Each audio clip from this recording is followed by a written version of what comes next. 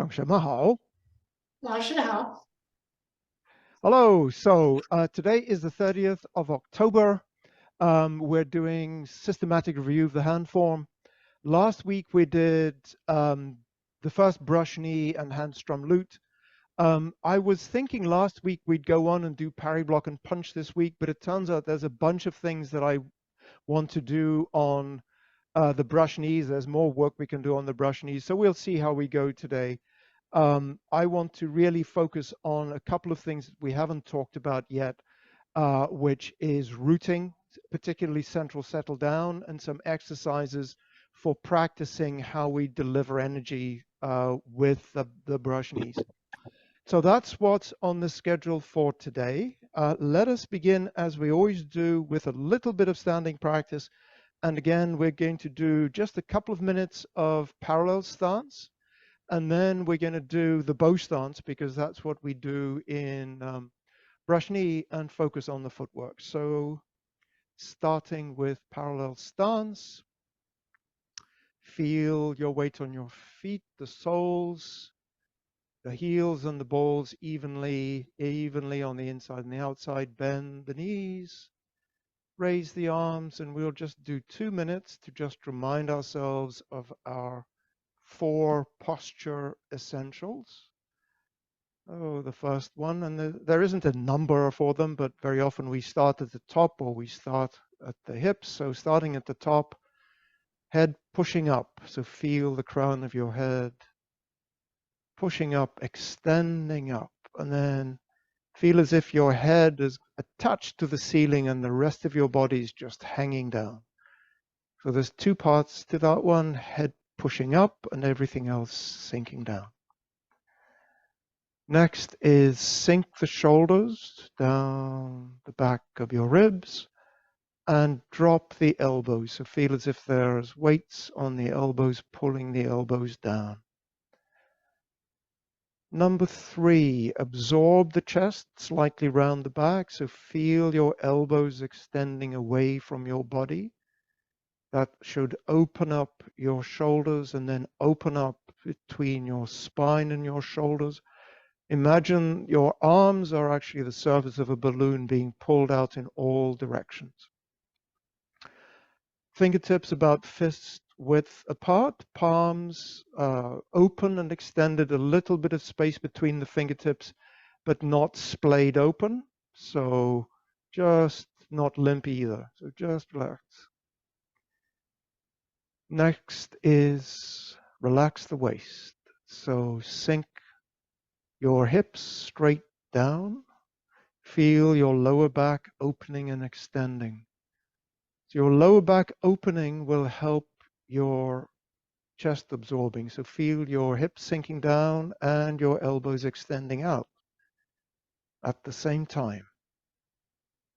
And your head pushing up will help your shoulders sinking down. So feel your head extending up and your shoulders and elbows sinking down. So from here, just change into a bow stance. So shift to one side, shift your weight onto the foot that's to a corner, and step forward into a bow stance. So this is the forward bow stance. So you'll be leaning forward, your torso is in line with your back foot. And here I just want to focus on the footwork. You can focus on the torso, which is what we've just done later. But put your attention on the soles of your feet and check that you can feel the pressure not only on the balls of your feet, but also on the heels. It's much easier to get the weight on the balls and the heels. For the back leg, make sure your back leg is straight and not locked, but not too bent either. Make sure your front leg is in the shape of a bow. Your knees not over the toes. Check that your hips are centralized, so your tailbone is centered on the parallel lines between your heels. So you're not leaning over to one side. This will help you with crotch rounded. I'm not going to spend too much time here because I don't know how much time you practice standing practice. It can be quite tiring at the beginning. Let's try the other side. Going forward again. Now your feet again. Attention on the soles of your feet. Is the pressure even front and back? Are you pushing back into your back heel in particular? Is your front heel down? Is your crotch rounded so that the JP knee? question. When you do Yes. standing practice with the Mm. box stand, So let's. you said, have your, um, okay, your torso is lined up with the back leg, which is to the Ah, 45 degree. And then, so it's actually the arms to the 45 degree, but you turn your torso back to forward. okay. If I said that, so 45 you degree. can. So Rachele, you can release that. So let me just try and address your question, Yali. So when we do this arm position, the palms are straight out in front of the chest. When we turn the chest by rotating our lower spine, the arms will go in a different position, but the hands don't move relative to the chest. It's as if you've got a box in front of your chest and you're just moving this whole box from side to side. In different stances, the direction of the chest will be different. And when we do standing practice, we can practice them in different places. So let me just review. So obviously when we're doing this stance, we're square. When we're doing the bow stance, there are two versions of the bow stance. We can do standing practice in either of the two. So one is when our torso is leaning forward, and in this case, our chest is a bit open from square, so our chest is pointing between corner and square, and our arms are pointing between corner and square in this bow stance. So for example, this is what we have in ward off. The other bow stance is what we have, for example, in ward off left or single whip. Here the torso is vertical. In this case, the hips are open more than corner. And so your chest is more, we line the chest up with the hips in this case. So the chest is open more than corner. So that when we do single whip, the chest is pointing in the halfway direction between the front and this back corner. When we do empty stance, so we've got ball touch and heel touch. In the hand form, when we touch with the ball, all the cases in the hand form, our chest is square. So for example, when we do white crane. So one way of practicing this is to actually practice with your chest square to the front here. You can also practice with your chest to the side, so your hips don't move. Your lower back rotates, your head doesn't move, and your hips don't move, but your chest opens to the side. Master Young has said that he likes to have us practice this stance in this way, just so that we get used to having our chest pointing in a different direction. The other empty stance is the one when we're heel touch, right? So we've got ball touch and heel touch. So with heel touch, for example, when you have raised hands, chest is open to the corner. When you have fist under elbow, chest is open to the corner. So for this one, again, you would probably practice it head looking forward, chest open to the corner. And then, there's one more, if we're going to be complete. The other one is when you're standing on one leg, duli. So here, typically what we do is we have the chest to the corner or open a little bit more than corner. Because when you think about this stance, so let's say I'm going to do the kick to the side here. My one arm is in the straight direction, my kicking direction. The other arm is in the corner direction. So there's 135 degrees between my arms. That's where my chest points, and that's where I have my arms. And so, what I find is useful, personally, I always practice, I start with this standing practice. I do this for a few minutes, and then I do one of the others, and I cycle through the others. You can do just the parallel stance. That's great of itself. Does that answer the question, Yali? Yes, thank you. Probably more than you were bargaining for, but hopefully it was useful. And Tamara's joined us. Hello, welcome. Okay, so let's call that good for standing practice. Let us practice the whole form, the whole first section together from the beginning. I'll go in the same direction as you. So I'm imagining we're all facing, this is the front. So I will just call the movements and then we'll start doing the more detailed practice once we've gone through. And think as you go through this if you have any questions about any of the movements in the first section, and we can discuss them. Prepare. Opening.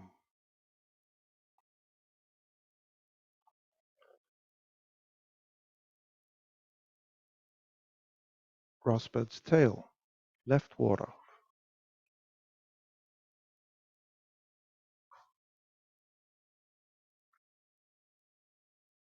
Right water.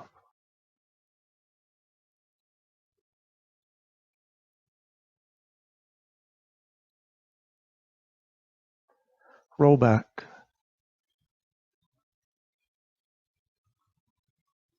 Press. Push.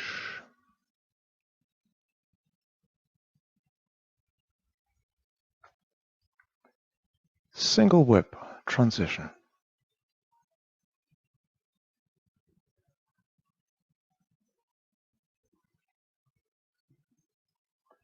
Single whip. Raise hands. Step forward.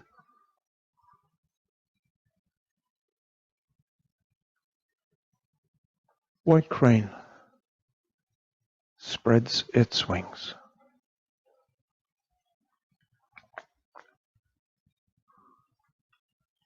Left brush knee and push.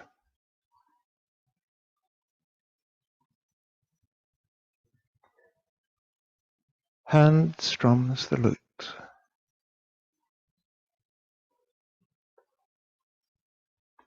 Left brush knee.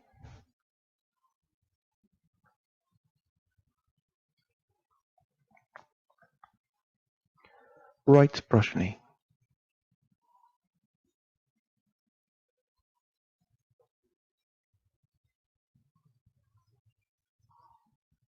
Left brush knee.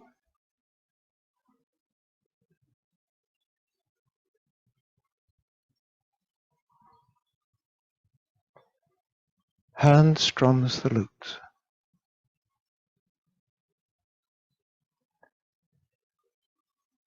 Left brush knee.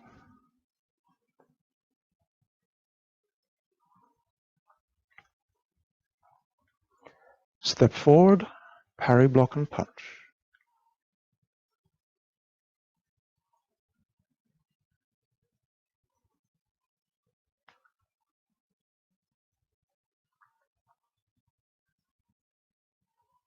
Apparent closing up.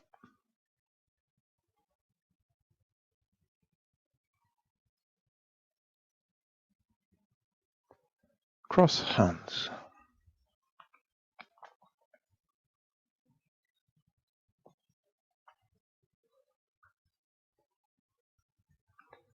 Closing.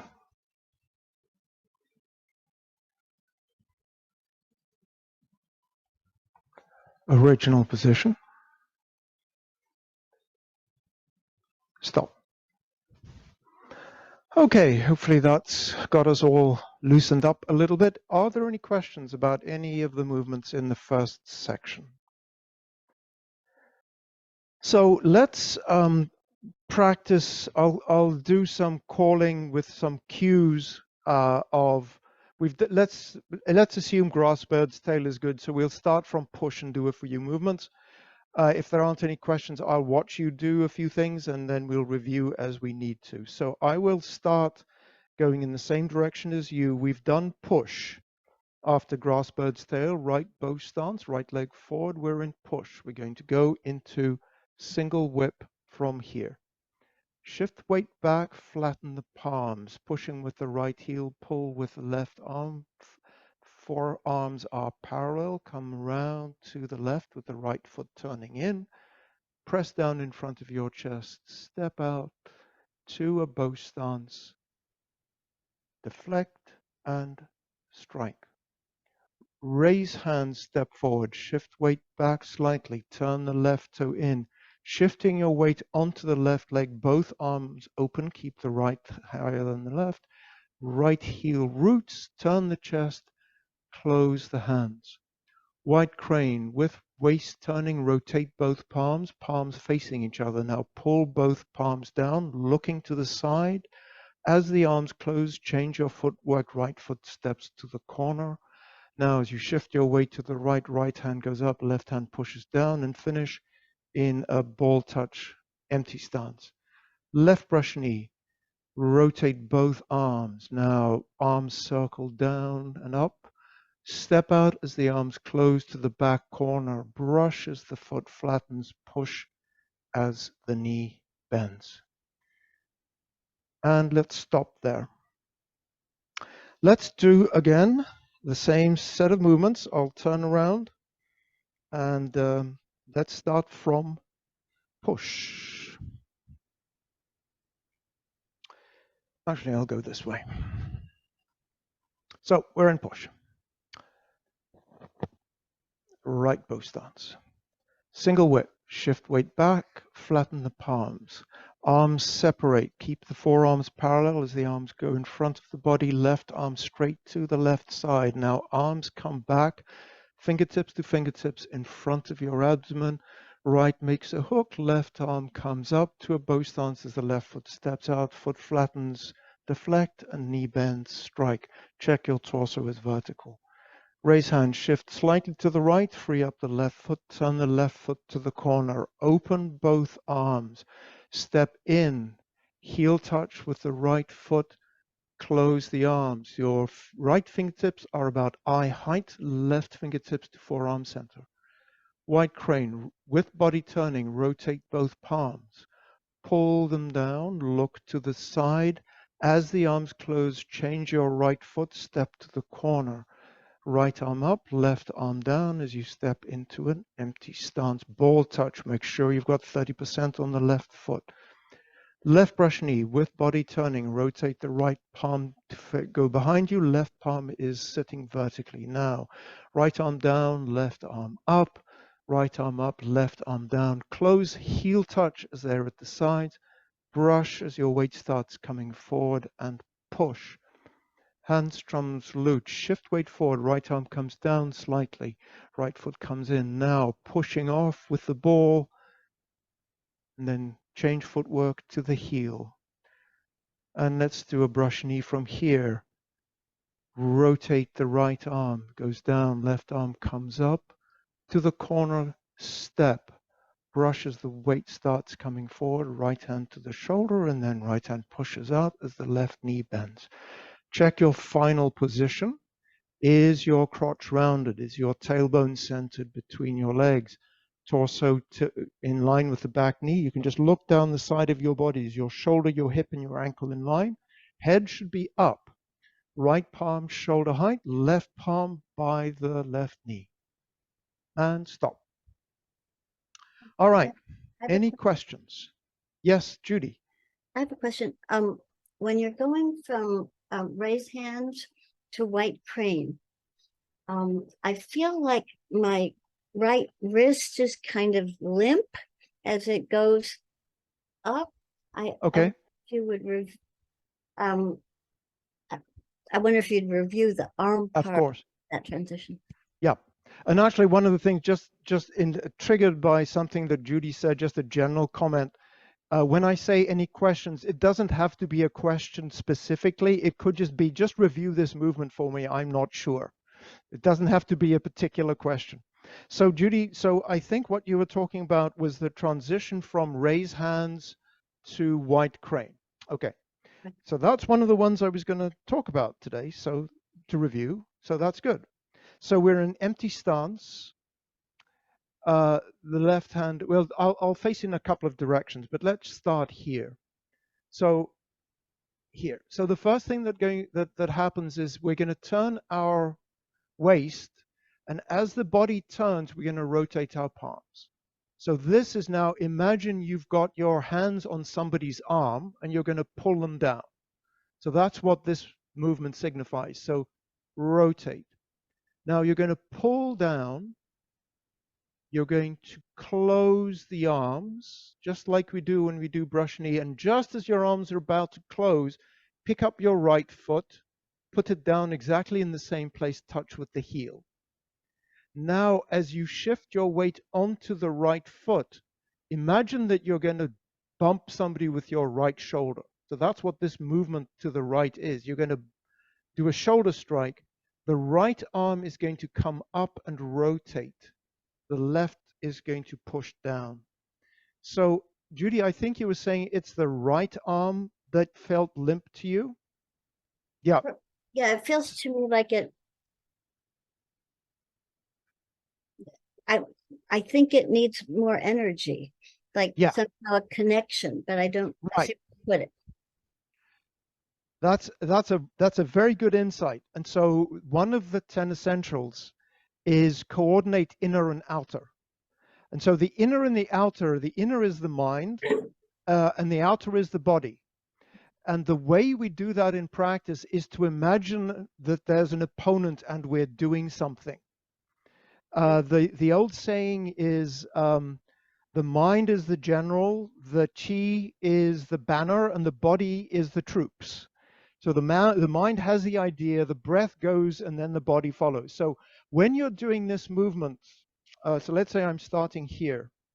So imagine I'm pulling down. So here, the energy's in my palms because I'm pulling down. Here, I'm storing energy. When I'm doing this, imagine that somebody is like coming towards you with both arms. This arm is going to lift up one of the arms, and this arm is going to push down the other. So you're essentially pushing one arm up and one arm down. And the energy points actually start off being the center of your forearm. When you do the application, so we end up in this posture where this hand is actually protecting the forehead.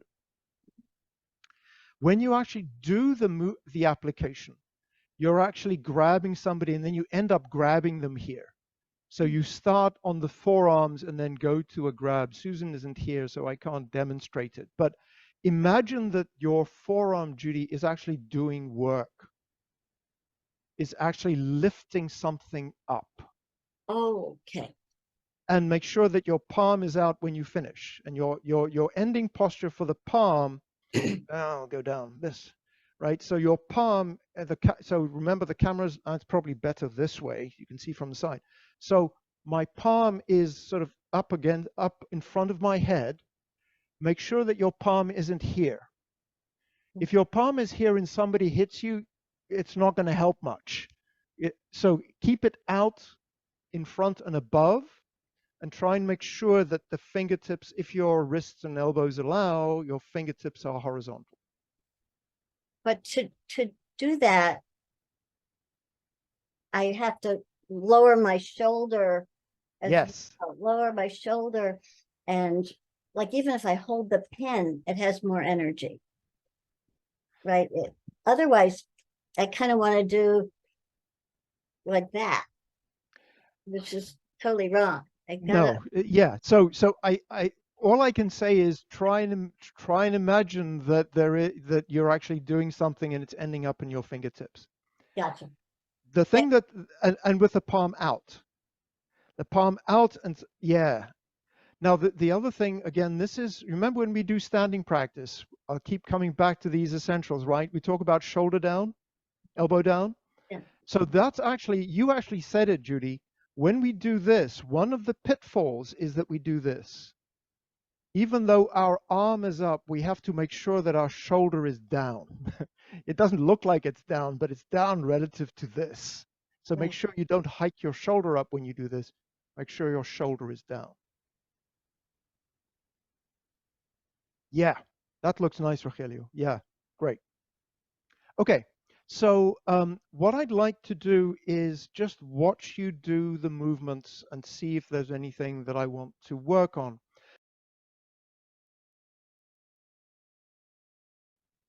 So there are a couple of things that I want to just review. Rogelio, it's a little difficult. Your video sort of jumps, so it's really hard for me to sort of get a continuous feed and see.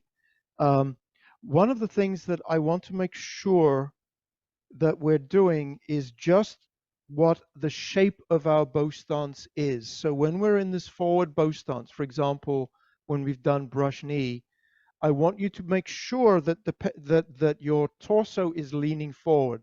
So it's very easy, and I think some styles tend to be upright like this in brush knee. We're not. We're actually tilting forward here. So make sure that your torso and your back leg are in a straight line. Judy, one of the things that I want to just talk through that will help all of us, I think, is how the arm movements connect. So one of the things to work on is to have both arms moving at the same time. So let's just do it again. Let's start from white crane. We'll start from white crane. I'll go here. So we've done raise hands. So with white crane, so one, rotate the top hand and rotate the bottom hand. So you've rotated both arms and make sure that your left hand is sitting in front of your left leg. So not back here, but here. So now one is going to go up and then the other one's going to go up. So they're going to go together to here. Yes. And so when you finish, Judy, try and have your right palm about shoulder height. So start in, yeah, so, yeah. I want to say something about the left hand and something about the right hand. So with the left hand, we've done white crane from here. We've done white crane.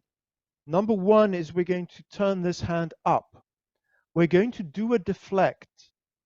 And so this hand is actually going to come almost vertical and then go down. And the reason I want you to pay attention to this vertical shape is that what it's doing in application terms, somebody's punching towards you and you're parrying that. You're deflecting it.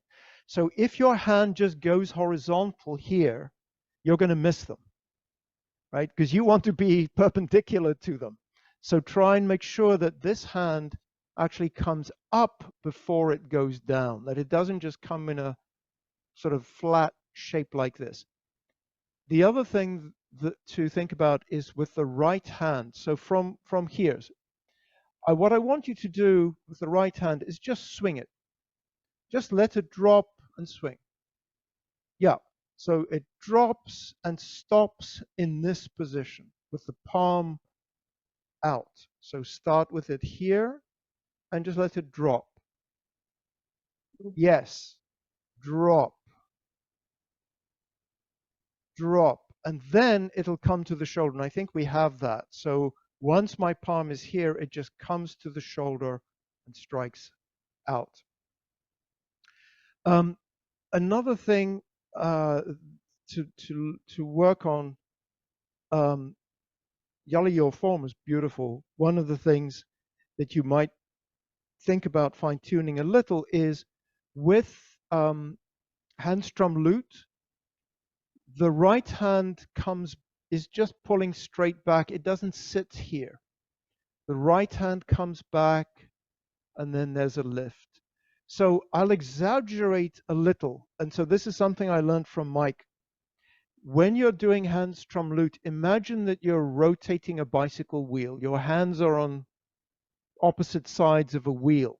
Your hands are, now we're not going to do the whole circle, but as the right hand comes back, the left hand comes up, and then as the right hand goes down, the left hand goes up. So it's this. this. Question, yes. You're muted. There you go. Comes back a little bit as though you're pulling someone, Yes. not all the way. Yes. Yeah, you are pulling someone. That's right. You're pulling and then you're changing. And so your wrist shape is changing from this angle to this angle, right? You're pulling back and then it's going to this shape. Yes, then it's here. Yeah, and make sure that your palms are tilted in slightly, so they're not vertical, but they're not like 45 degrees. They're more vertical than 45 degrees. This is really fine tuning, and your hands may be doing that, Yali, and I can't see with the video. Well, no, you caught it because I can never feel comfortable with this. Okay. This move. Okay. So let's practice it a couple of times. So let's say we've done brush knee. So we're in brush knee. Yield forward. You're going to push back and turn the waist. So it's this, and then as you change footwork, it's this. So there's there's actually 3 parts to it. 1, yield forward, bring the back foot in. 2, push your weight back with the ball of the left foot with the body turning, the arms separate. Changing the footwork, root with the heel, arms make this scissor movement. So it's 3. So let's do those 3 things a few times. 1, yield forward. 2, push and pull back. 3, change footwork, arms up and down. And from here, we can just step into a bow stance again. We're in brush knee. Shift forward, yield forward, bring the back foot in. Pushing back with the ball of the foot, turn the body, hand comes back, then hand comes forward and lifts. Yeah. And so one of the things that you could try just to confuse your body and maybe loosen things up if you've got a habit, is do it over and over and over again, but do it faster and faster. Because you'll find that your body can do it at one speed, but at none of the other speeds. And just see what it feels like as you do it at different speeds. I think this is the only one that's vertical up and down move. Yes, this is now the lateral. Split. It's the only one that's vertical. So so they're all sort of different. But let me offer you another one, which is and you can tell us what you think about that. Fist under elbow. Now the right fist is coming in, but the left hand is lifting up. So it's not the same. This one, you're right. This is the one's up and the other one's down. It's different. You're right.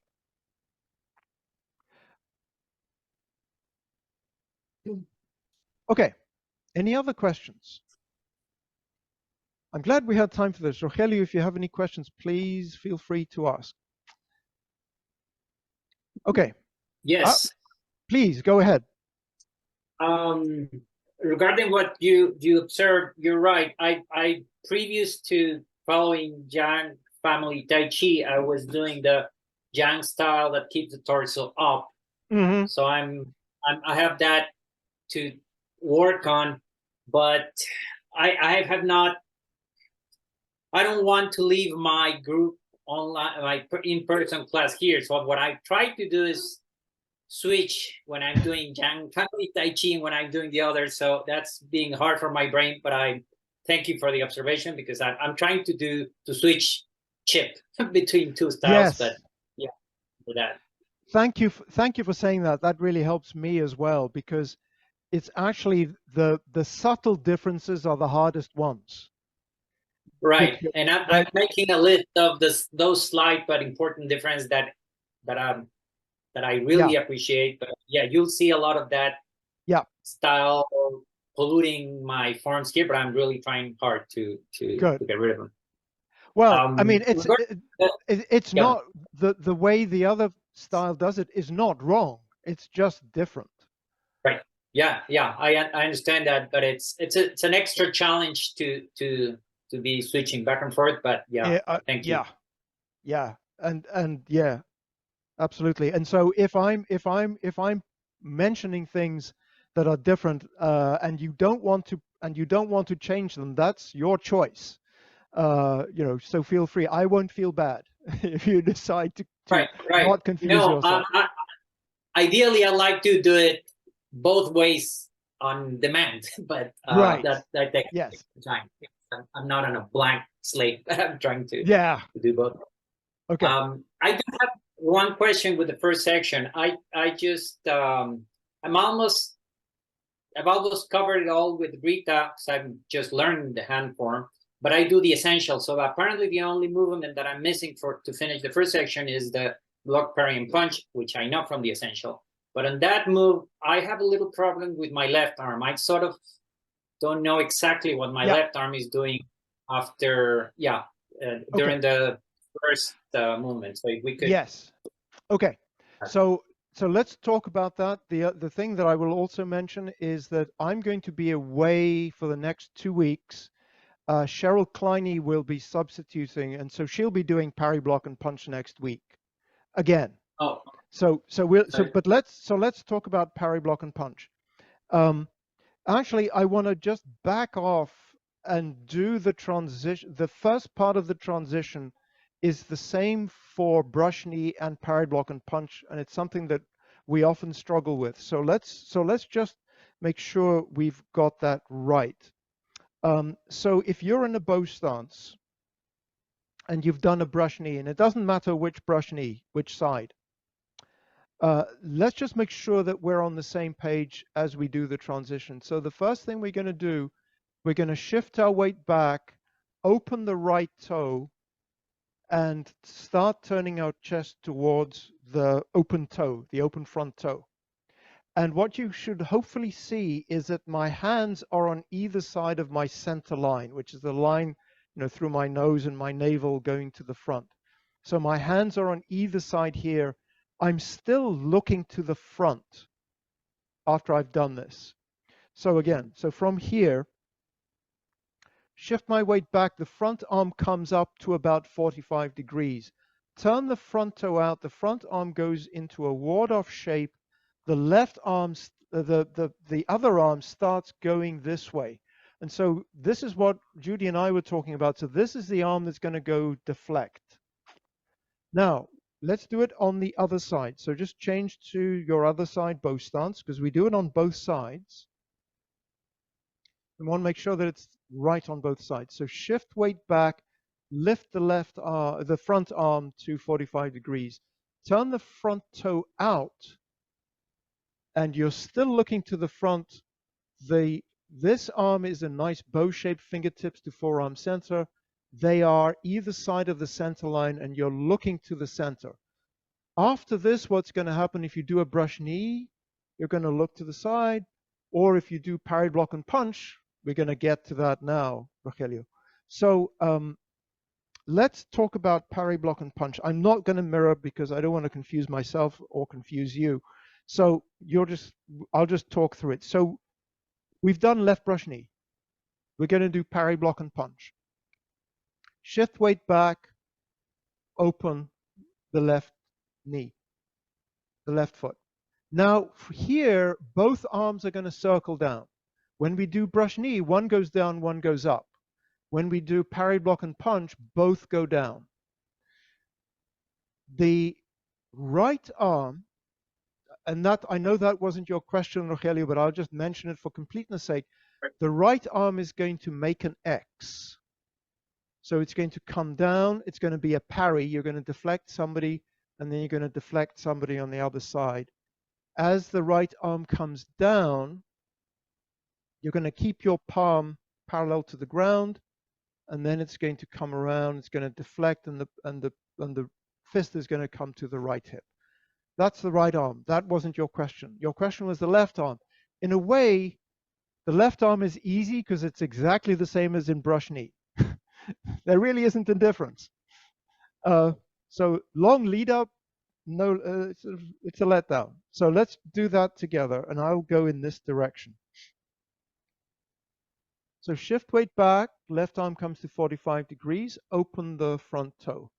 Now the left arm is going to circle down and go to the corner. When you touch with the heel, again, left arm to the corner.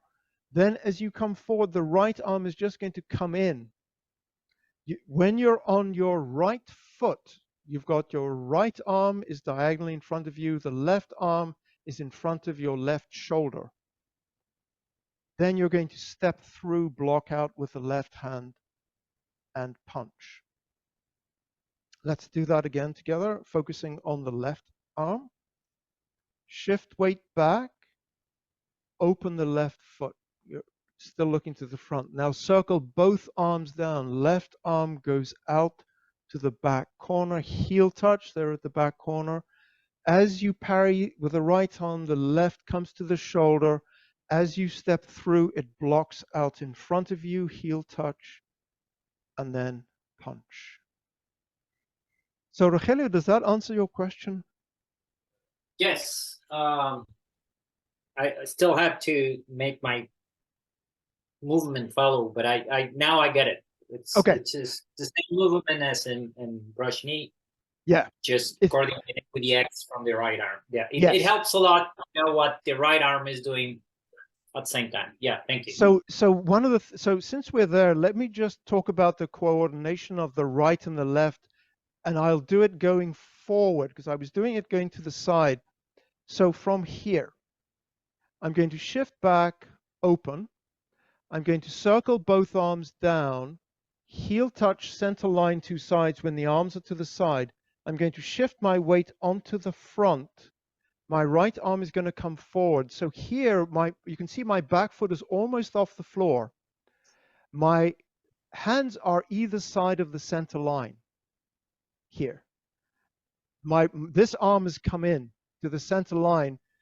It's in front of the left shoulder. My torso is actually turned. As my torso keeps turning, it's just going to block straight out. So the arm comes to here and then just blocks straight out. And in fact, this is the strike that we do on the brush knees as well. With the brush knees, we just show it as a strike. With parry, block, and punch, we show it as a block. It's the same movement.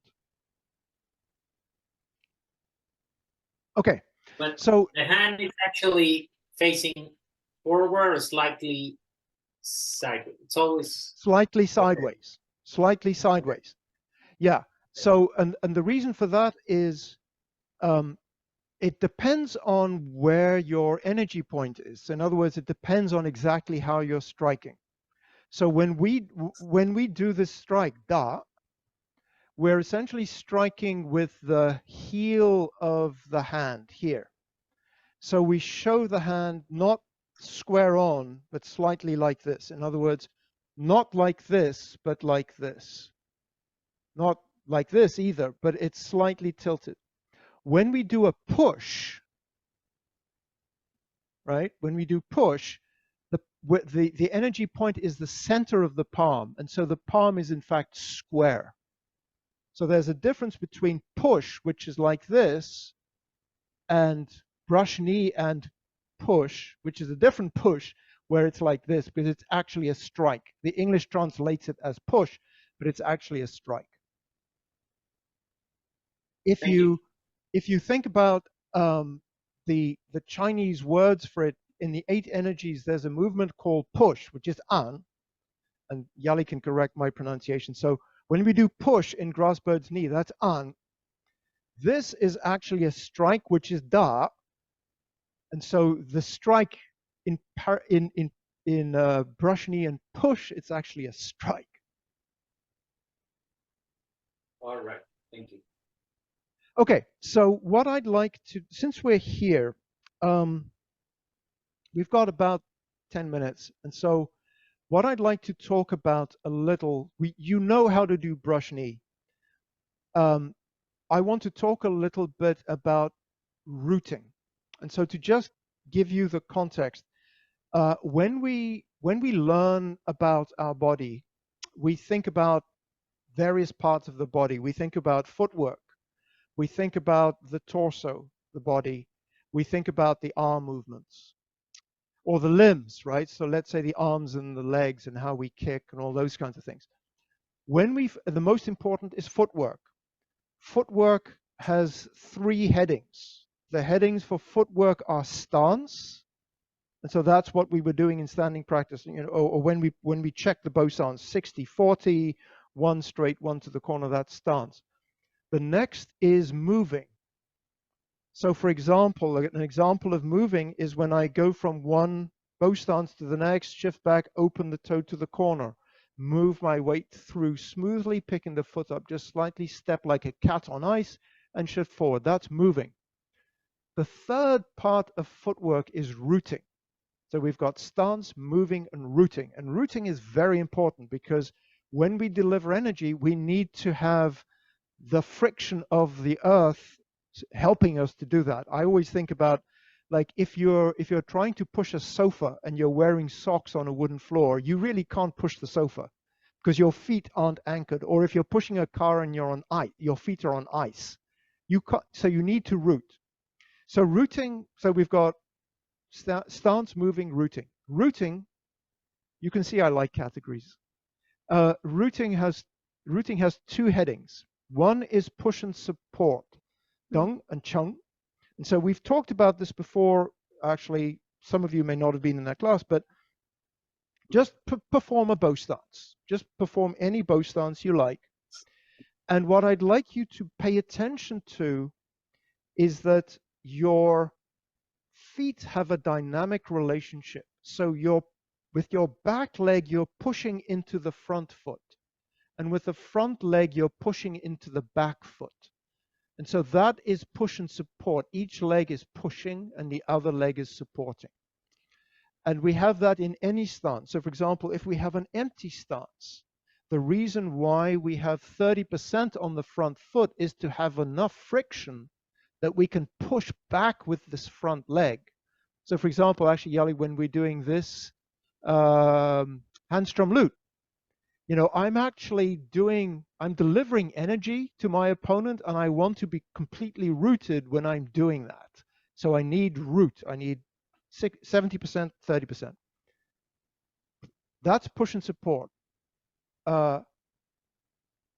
The second one is called central settle down, and that really comes into play when we move more quickly. So what I want you to do now, perform a bow stance, and I want you to imagine you have a big weight, and there's a big hole in the floor.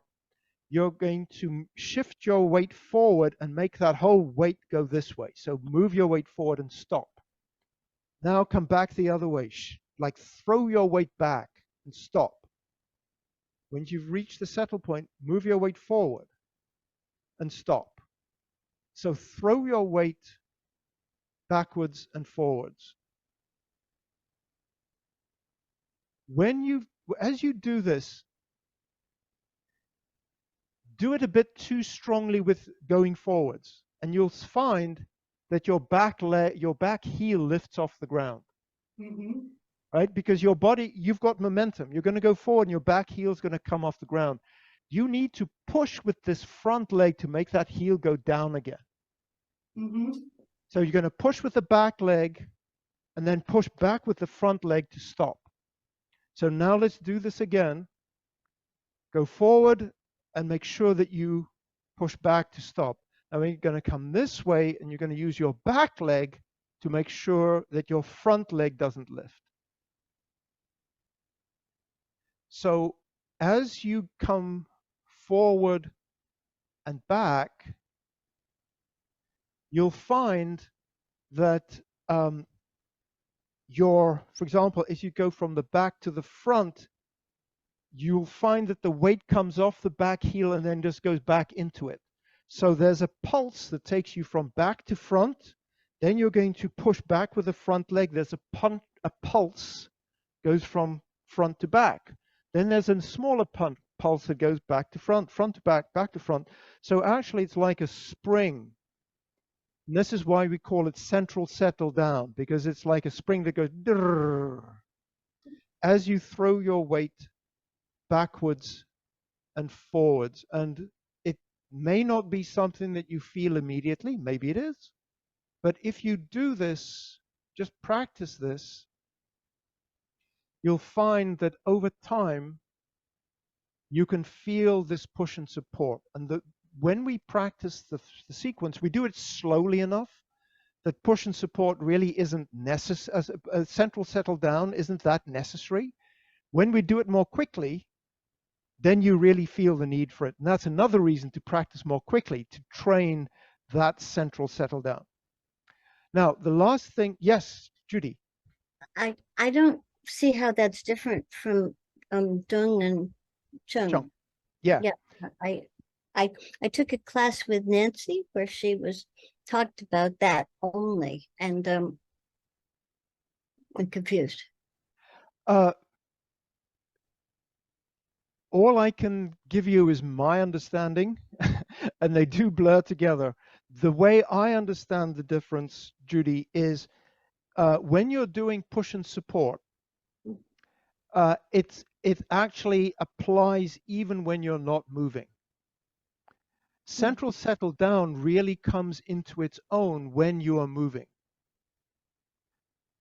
Now, and when you're trying to arrest your forward movement so that you remain rooted and settled around your center. Can you yes, show? go ahead. Could you demonstrate with your body one more time that showing the two things, please? Yeah. So for me, when I do push and support, the easiest way I find push and support in my body, I do a bow stance and I just wiggle backwards and forwards slightly. And I sort of make sure that I can feel the soles of both feet. And I can do the same thing when I'm in empty stance. To find central settle down, I do this forward movement. I do the throw movement and then I have to root back.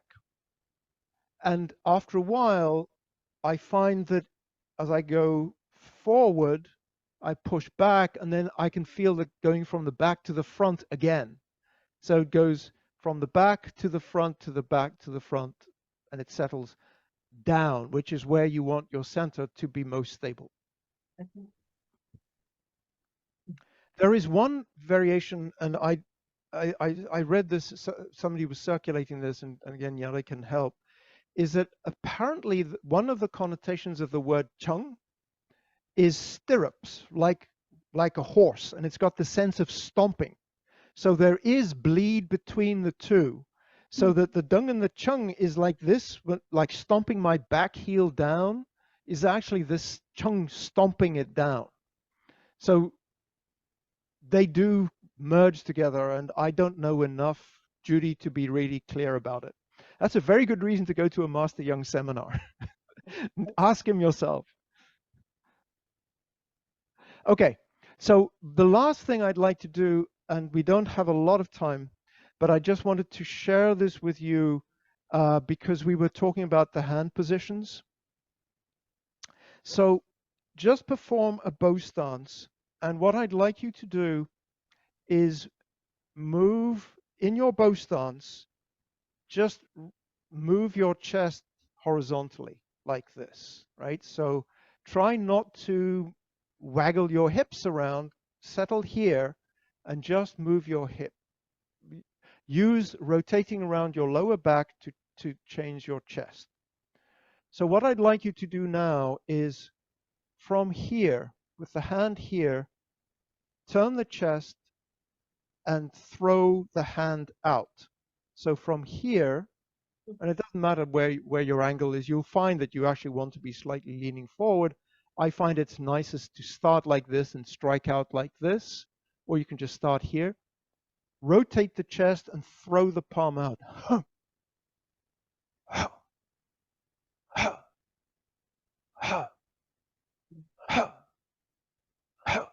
change to the other side.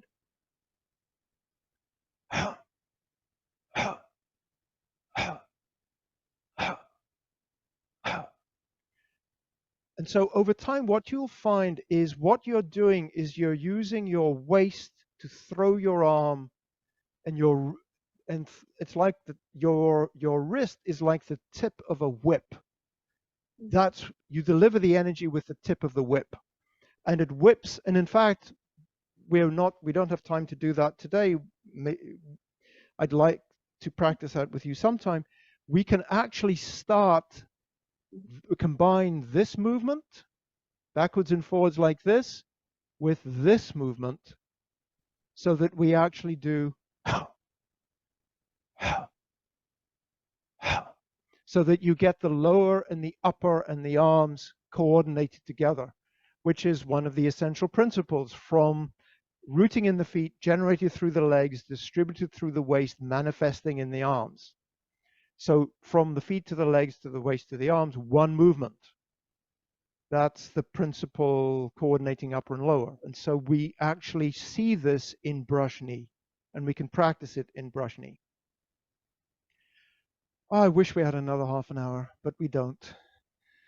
But there's always more class. There's always a lifetime of doing Tai Chi Chuan. Any last questions before we stop here?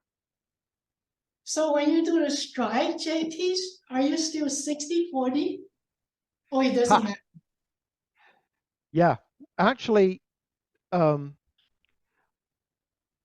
I do it, if I think about it from here, I'm actually starting, 70-30, right, on the back, and I'm going to 40-60 here, because the weight is actually going forward. And as Master Young says, these percentages are approximate. Yeah. And in fact, when you are forward here, before you pulse back to get that back foot down, I'm sure you're more than 60%, because you're actually, your muscles are doing work to push you back again. So, but eventually, that's roughly where we end up.